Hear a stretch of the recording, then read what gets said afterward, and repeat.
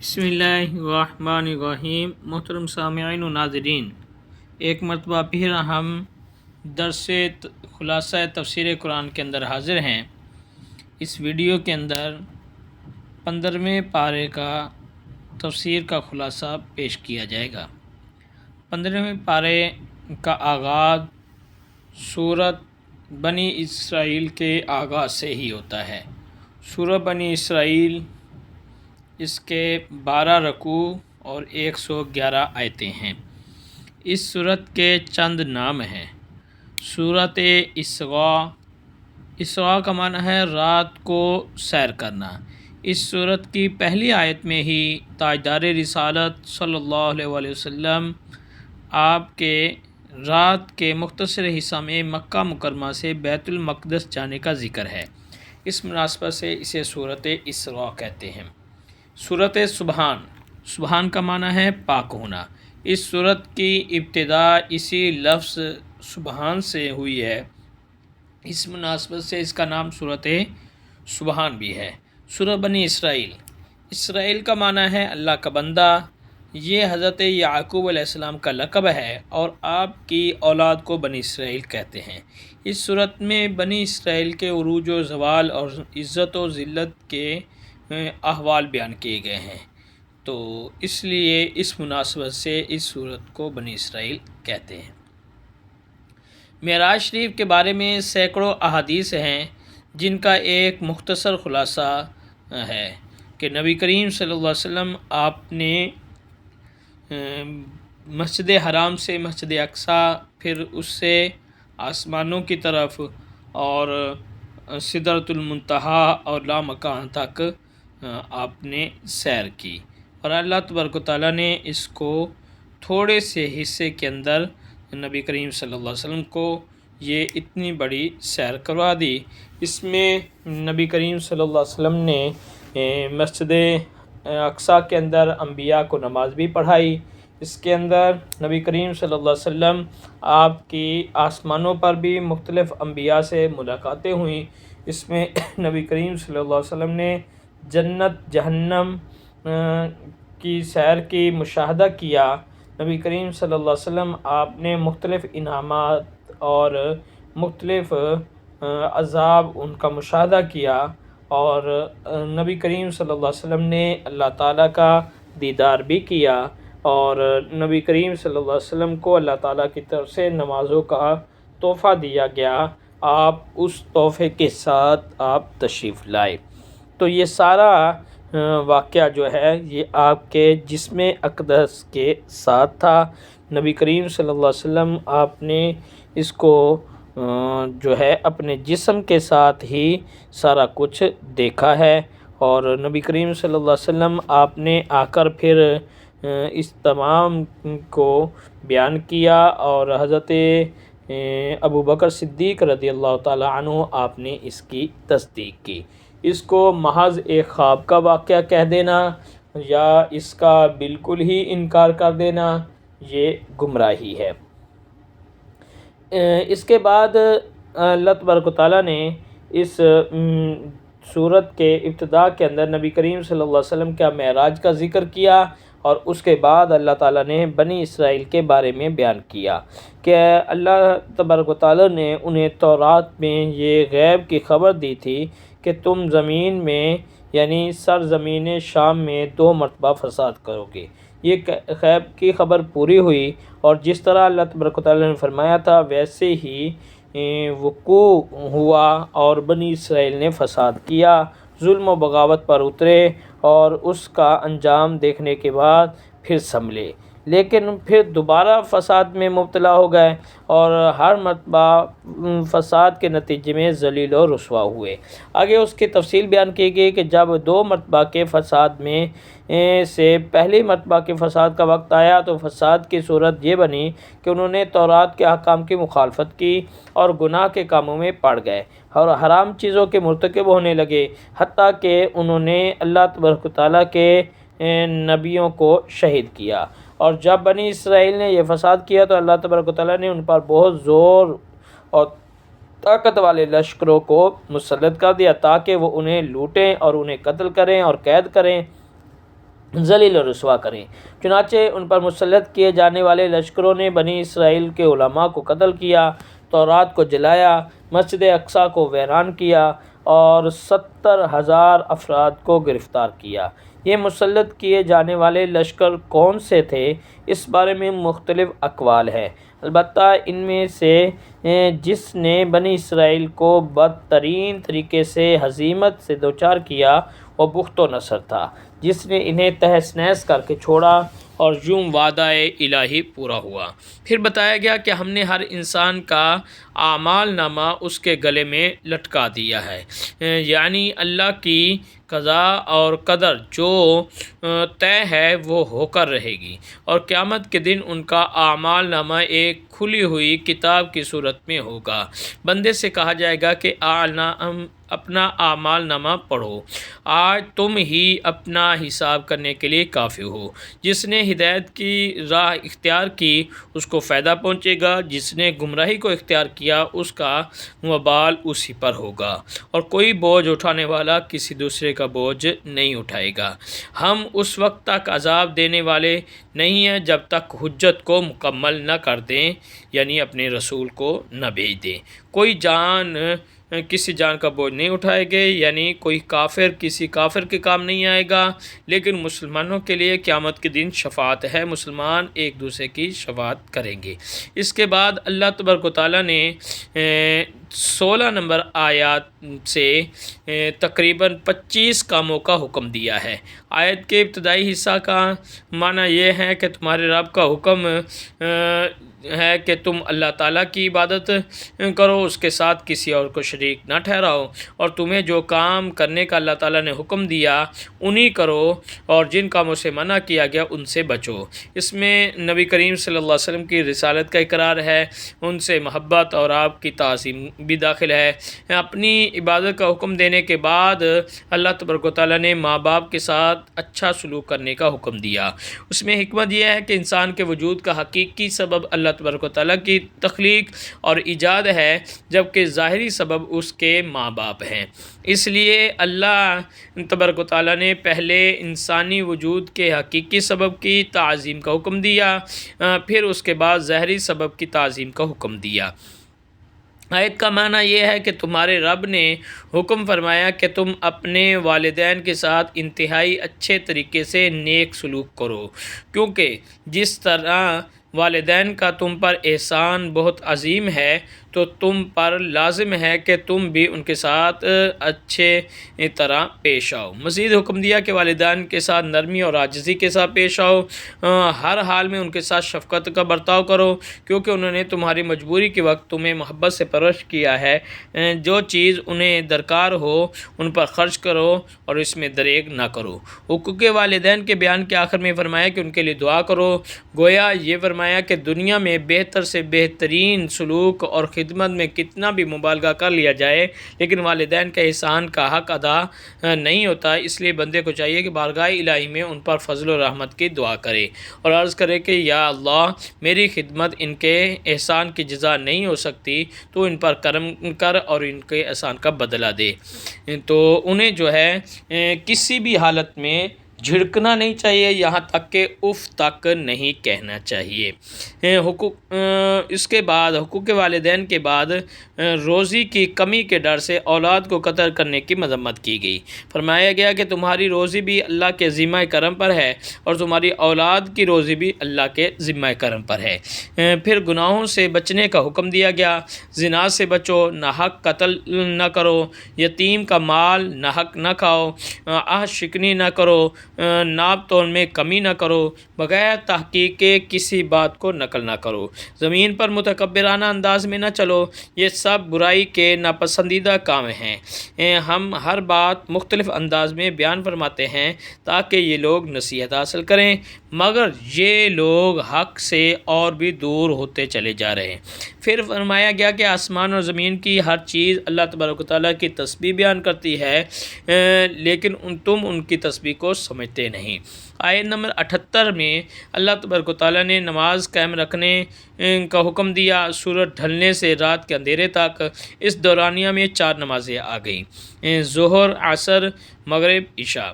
کیونکہ یہ چاروں نمازیں سورج ڈھلنے سے رات گئے تک پڑھی جاتی ہیں۔ مزید فرمایا کہ صبح کا قرآن قائم رکھو، اس میں سے نماز فجر مراد ہے۔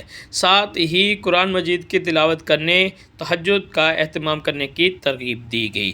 انہی آیات میں نبی کریم صلی اللہ علیہ وسلم کو مقام محمود عطا کیے جانے کی بشارت ہے۔ پھر بتایا گیا کہ حق آنے پر باطل زائل ہو جایا کرتا ہے۔ قرآن کریم کو مومنین کے لیے شفاعت اور رحمت بنا کر بھیجا گیا ہے۔ آگے فرمایا کہ ساری دنیا کے انسان اور جن مل کر بھی قرآن جیسا کوئی کلام بنانے پر قادر نہیں ہو سکتے۔ پھر حضرت موسیٰ علیہ السلام کا فرعون کے ساتھ ہونے والا مکالمہ ذکر کیا، جس کو پہلے بھی بیان کیا گیا۔ انہیں عطا کی جانے والی نشانیوں کا مختصر بیان کیا گیا۔ پھر مشرکین مکہ جو اعتراض کرتے تھے اس کا جواب دیا گیا۔ ایک بار سرکار دو عالم صلی اللہ علیہ وسلم نے طویل سجدہ کیا اور سجدہ میں یا اللہ یا رحمان آپ نے پکارا، تو ابو جہل نے سنا تو کہنے لگا کہ محمد صلی اللہ علیہ وسلم ہمیں تو کئی معبودوں کے پوجنے سے منع کرتے ہیں اور خود دو کو پکار رہے ہیں، اللہ اور رحمان کو معاذ اللہ۔ تو اس کے جواب میں یہ آیت نازل ہوئی اور بتایا گیا کہ اللہ اور رحمان دونوں اللہ تعالیٰ کے معبود برحق کے ہی نام ہیں، خواہ کسی نام سے بھی پکارو، اس کے بہت سے نام ہیں اور سب اچھے نام اللہ تبارک و تعالیٰ کے ہیں۔ جیسے اللہ تبارک و تعالیٰ کے 99 نام معروف ہیں اور حقیقتاً اس سے بھی زیادہ نام ہیں جن کے معنی بہت پاکیزہ ہیں۔ یہاں سورت بنی اسرائیل کا اختتام ہوتا ہے اور آگے سورت کہف اس کی ابتدا ہوتی ہے۔ سورت کہف مکہ مکرمہ میں نازل ہوئی۔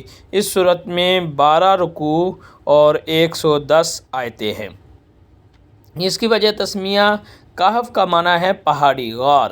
اس سورت کی آیت نمبر 9 سے 26 تک اصحاب کہف یعنی پہاڑی یا غار والے چند اولیاء کرام کا واقعہ بیان کیا گیا۔ اسی مناسبت سے اس سورت کا نام سورت کہف رکھا گیا۔ فضیلت حضرت ابو سعید خدری رضی اللہ تعالیٰ عنہ آپ سے مروی ہے، نبی کریم صلی اللہ علیہ وسلم نے ارشاد فرمایا، جو شخص جمعہ کے دن سورہ کہف کی تلاوت کرے گا تو آئندہ جمعہ تک اس کے لیے خاص نور کی روشنی رہے گی۔ رسول اللہ صلی اللہ علیہ وسلم نے فرمایا، جو سورہ کہف کی ابتدائی 10 آیات یاد کرے گا وہ دجال کے فتنے سے محفوظ رہے گا۔ اصحاب کہف کا یہاں قصہ بیان کیا گیا ہے۔ اصحاب کہف یہ چند اللہ کے نیک بندے تھے جو ایک شہر میں رہتے تھے اور اس شہر میں وہ شرفاء کے اندر شامل تھے۔ پھر اس شہر کا بادشاہ جو ہے وہ ظلم و جبر کرتا تھا اور وہ ایمان والوں کے ساتھ زیادتی کرتا تھا، تو اس سے ڈر کر آپ بھاگے تھے اور جا کر اس غار میں آپ نے پناہ لی تھی، اور اس غار میں وہاں جا کر آپ سو گئے اور 300 برس سے زیادہ عرصہ تک اسی حالت میں رہے۔ بادشاہ کو جستجو سے معلوم ہوا کہ وہ ایک غار کے اندر ہیں۔ اس نے حکم دیا کہ غار کو ایک سنگین دیوار کھینچ کر بند کر دیا جائے تاکہ وہ اس میں مر جائیں اور ان کی وہی قبر بن جائے، یہی ان کی سزا ہے۔ حکومتی عملے کو یہ کام ان کے سپرد کیا گیا اور ان کے نام اور تعداد یہ وہ سارا کچھ لکھ کر تختی پر لگایا گیا۔ وہاں بھی دیوار پر تختی لگا دی گئی اور ایک تختی شاہی خزانے میں بھی رکھ دی گئی۔ پھر اس کے بعد زمانہ گزرنے کے بعد وہ دیوار گر گئی اور یہ نیک لوگ وہاں سے نکلے۔ اتنا صدیوں تک اللہ تبارک و تعالیٰ نے انہیں زندہ رکھا۔ تو یہ لوگ وہاں سے جب نکل کر آتے ہیں تو ان کے پاس چند سکے تھے یا 1-2 سکے تھے، تو انہوں نے آ کر وہ شہر کے اندر جب چلانے چاہے تو وہ تو حکومت تبدیل ہو چکی تھی اور وہ سکے بہت پرانے تھے، تو اس سے اندازہ ہوا کہ اتنے سالوں تک یہ اس میں سوئے رہے ہیں۔ پھر یہ لوگ جو ہے اللہ تعالیٰ کو پیارے ہو گئے، تو وہاں غار پر جو ہے جو ان کے دور کے لوگ تھے انہوں نے کہا کہ ہم وہاں مسجد بنائیں گے۔ اس کے بعد آیت نمبر 32 میں ایک مسلمان اور ایک کافر کا حال بیان کیا گیا ہے کہ ہر کافر و مومن دونوں کو دعوت فکر دی گئی ہے کہ اس واقعہ میں غور کر کے اپنا اپنا انجام سمجھیں۔ چنانچہ فرمایا کہ ان دو مردوں کا حال یہ ہے کہ ان میں سے ایک آدمی یعنی کافر کے لیے اللہ تبارک و تعالیٰ نے انگوروں کے 2 باغ بنا دیے، ان دونوں باغوں کو کھجوروں سے ڈھانپ دیا اور ان کے درمیان میں ایک کھیتی بھی بنا دی، یعنی انہیں نہایت بہترین ترتیب کے ساتھ مرتب کیا۔ آس پاس سبز باغ ہو اور بیچ میں ہرا بھرا کھیت ہو تو دیکھنے میں بہت ہی خوشنما معلوم ہوتا ہے اور اس سے مالک اپنی تمام ضروریات پوری کر لیتا ہے۔ کھیت سے غذا اور باغ سے پھل حاصل ہوتے ہیں۔ دونوں باغوں نے اپنے اپنے پھل دیے اور ان میں کچھ کمی نہ کی، اور دونوں کے بیچ اللہ تعالیٰ نے ایک نہر جاری کر دی، یعنی کھجور اور انگور۔ دونوں باغوں میں ہی خوب بہار آئی، پھل خوب لگے، جبکہ باغ کے بیچ میں موجود نہر نے باغ کی خوبصورتی اور زینت میں اضافہ کر دیا اور وہ باغ کے تر و تازہ رہنے کا باعث بھی ہوئی۔ مزید فرمایا کہ اس باغ والے کافر آدمی کے پاس باغ کے علاوہ اور بھی بہت سا مال و اسباب جیسے سونا چاندی وغیرہ موجود تھا، ہر قسم کا مال تھا، تو وہ اپنے مسلمان ساتھی سے اتراتے ہوئے اور اپنے مال پر فخر کرتے ہوئے کہنے لگا کہ اور وہ اس سے فخر و غرور کی باتیں کرتا رہتا تھا، کہنے لگا کہ میں تجھ سے زیادہ مالدار ہوں، افراد کے اعتبار سے بھی زیادہ طاقتور ہوں، یعنی میرا کنبہ قبیلہ بڑا ہے، میرے ملازم خدمت گزار نوکر چاکر بہت زیادہ ہیں۔ پھر اس کافر کی غافلانہ باتوں کی ابتدا ہوئی۔ چنانچہ وہ باغات کا مالک مسلمان کا ہاتھ پکڑ کر اس کو ساتھ لے کر باغ میں گیا، وہاں سے اسے فخریہ طور پر ہر طرف لے کر پھرا اور مسلمان کو ہر چیز دکھائی۔ پھر باغ کی زیب و زینت رونق بہار دیکھ کر مغرور ہو گیا اور کہنے لگا کہ میں گمان نہیں کرتا کہ یہ باغ کبھی فنا بھی ہوگا، یعنی ساری عمر مجھے پھل دیتا رہے گا۔ باغ کے کافر مالک نے کہا کہ مجھے تو اس بات کا گمان بھی نہیں کہ قیامت قائم ہوگی جیسے تیرا گمان ہے، بلکہ مجھے یقین ہے کہ قیامت نہ آئے گی، اور اگر بالفرض قیامت آ بھی گئی تو مجھے آخرت میں بھی اس دنیاوی باغ سے بہتر باغ ملے گا، کیونکہ دنیا میں بھی میں نے بہترین جگہ پائی ہے۔ سب باتیں سن کر اس کافر کے مسلمان ساتھی نے اس کے فخر و غرور کی باتوں کا جواب دیتے ہوئے کہا، کیا تو اس خداوند قدوس کے ساتھ کفر کرتا ہے جس نے تجھے مٹی سے پیدا کیا، پھر نطفہ سے، پھر تجھے بالکل صحیح مرد بنا دیا، یعنی اس نے تجھے عقل و بلوغ، قوت و طاقت عطا کی، اور تو سب کچھ پا کر بھی کافر ہو گیا؟ لہٰذا اس کو مان لے اور یہ باتیں ایسی نہ کر۔ تو یہی اسے کہتا رہا۔ مسلمان نے اس کافر کو سمجھاتے ہوئے کہا کہ ایسا کیوں نہ ہوا کہ تو اس سارے باغ اور اسباب پر اللہ تعالیٰ کی قدرت اور نعمت کا معترف ہو، اور اگر تو باغ دیکھ کر ماشاء اللہ کہے اور اعتراف کرے تو یہ باغ اور اس کے تمام محاصل اور منافع اللہ تعالیٰ کی مشیت اور اس کے فضل کرم سے ہیں، یہ سب کچھ اس کے اختیار میں ہے، چاہے اس کو آباد رکھے اور چاہے ویران کر دے۔ ایسا کہتا تو یہ تیرے حق میں بہتر ہوتا۔ اگر تو مجھے اپنے مقابلے میں مال اور اولاد میں کم سمجھ رہا ہے تو اس وجہ سے تکبر میں مبتلا ہے اور اپنے آپ کو بڑا سمجھتا ہے، تو نے ایسا کیوں نہ کہا جو اوپر بیان ہوا۔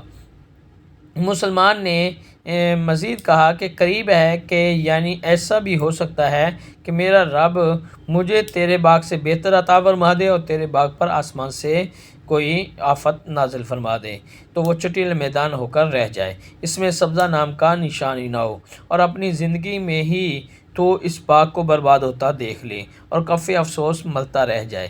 اس باغ کا پانی زمین میں دھنس جائے اور نیچے چلا جائے، کسی طرح نکالا نہ جا سکے۔ اس باغ کے کافر پر عذاب آ گیا اور باغ کے ساتھ ساتھ اس کے دیگر ہر طرح کے مال و اسباب بھی ہلاک ہو گئے۔ باغ بالکل ویران ہو گیا تو وہ حسرت کے ساتھ ان اخراجات پر اپنے ہاتھ ملتا رہ گیا جو اس نے باغ کی دیکھ بھال میں خرچ کیے تھے، اور وہ باغ اپنی چھتوں کے بل اوندے منہ گر گیا۔ پھر اس حال کو پہنچ کر اسے مومن کی نصیحت یاد آئی اور وہ سمجھا کہ یہ اس کے کفر اور سرکشی کا نتیجہ ہے، اس وقت کہنے لگا اے کاش میں نے اپنے رب قدیر کے ساتھ کسی کو شریک نہ کیا ہوتا۔ آیت کے آخر میں اس واقعے کا سبق بیان فرمایا گیا کہ یہاں پتہ چلتا ہے کہ ایسے حالات میں معلوم ہوتا ہے کہ تمام اختیارات اللہ تعالیٰ کے دست قدرت میں ہیں۔ وہی چاہے تو پھلوں سے لدے ہوئے باغات عطا کرے اور وہ چاہے تو ایک لمحے میں سب کچھ تہس نہس کر دے۔ اللہ تبارک و تعالیٰ نے یہاں جو ہے نبی کریم صلی اللہ علیہ وسلم آپ کو کسی کام کے کرنے پر انشاءاللہ کہنے کا بھی حکم دیا ہے۔ اس کے علاوہ یہاں اور بھی بہت ساری باتیں ہوئیں۔ یہاں جو ہے حضرت آدم علیہ السلام کو سجدہ کرنے کا واقعہ ایک مرتبہ پھر دہرایا گیا، اور پھر یہاں آگے چل کر آیت نمبر 60 میں حضرت موسیٰ علیہ السلام اور حضرت خضر علیہ السلام کا دلچسپ قصہ جو ہے وہ بیان کیا گیا ہے کہ حضرت موسیٰ علیہ السلام حضرت خضر علیہ السلام کے پاس گئے ملاقات کے لیے۔ آیت میں جن کا ذکر ہے وہ مشہور پیغمبر حضرت جلیل القدر نبی حضرت موسیٰ بن عمران ہیں، اور انہیں اللہ تبارک و تعالیٰ نے تورات اور کثیر معجزات عطا فرمائے ہیں۔ حضرت موسیٰ علیہ السلام کا خادم جو ساتھ تھا اس کا نام حضرت یوشع بن نون ہے۔ حضرت موسیٰ علیہ السلام خدمت اور صحبت میں رہتے تھے اور آپ سے علم حاصل کرتے تھے۔ حضرت موسیٰ علیہ السلام کے بعد حضرت یوشع ہی آپ کے ولی عہد بنے۔ آیت میں مذکور واقعے کا پس منظر یہ ہے کہ ایک بار حضرت موسیٰ علیہ السلام نے بنی اسرائیل کی جماعت میں بہت شاندار وعظ فرمایا۔ اس کے بعد کسی نے پوچھا کہ اس وقت بڑا عالم کون ہے؟ آپ نے فرمایا آپ سے بڑا عالم کون ہے؟ تو آپ نے فرمایا مجھ سے بڑا عالم کوئی نہیں، کیونکہ اللہ تعالیٰ کا نبی جو ہے اپنے وقت کا ایک عالم ہوتا ہے۔ تو انہوں نے سمجھا کہ میں اللہ کا نبی ہوں اور یقیناً نبی تھے، تو اس لیے میں بڑا عالم ہوں، مجھ سے بڑا اس وقت کوئی عالم نہیں ہے۔ اللہ تعالیٰ نے آپ کی طرف وحی فرمائی کہ موسیٰ تم سے بڑے عالم حضرت خضر ہیں۔ آپ نے اللہ تعالیٰ سے ان کا پتہ پوچھا اور ارشاد ہوا کہ مجمع البحرین میں وہ رہتے ہیں۔ وہاں کی نشانی یہ بتائی کہ جہاں بھنی ہوئی مچھلی زندہ ہو کر دریا میں چلی جائے پانی میں راستہ بناتی ہوئی، وہاں حضرت خضر علیہ السلام ہوں گے۔ چنانچہ حضرت موسیٰ علیہ السلام اپنے خادم کو ساتھ لے کر مسلسل سفر میں چل دیے، جہاں تک کہ مشرق کی جانب دو سمندر یعنی بحر فارس اور بحر روم کے ملنے کی جگہ پر پہنچ گئے۔ اگر وہ جگہ دور نہ ہو تو مدتوں تک چلتا رہوں گا، یہ کہتے ہوئے اب چلے۔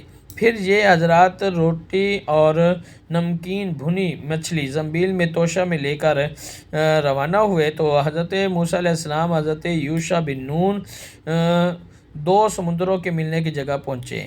وہاں ایک پتھر کی چٹان اور چشمہ حیات تھا۔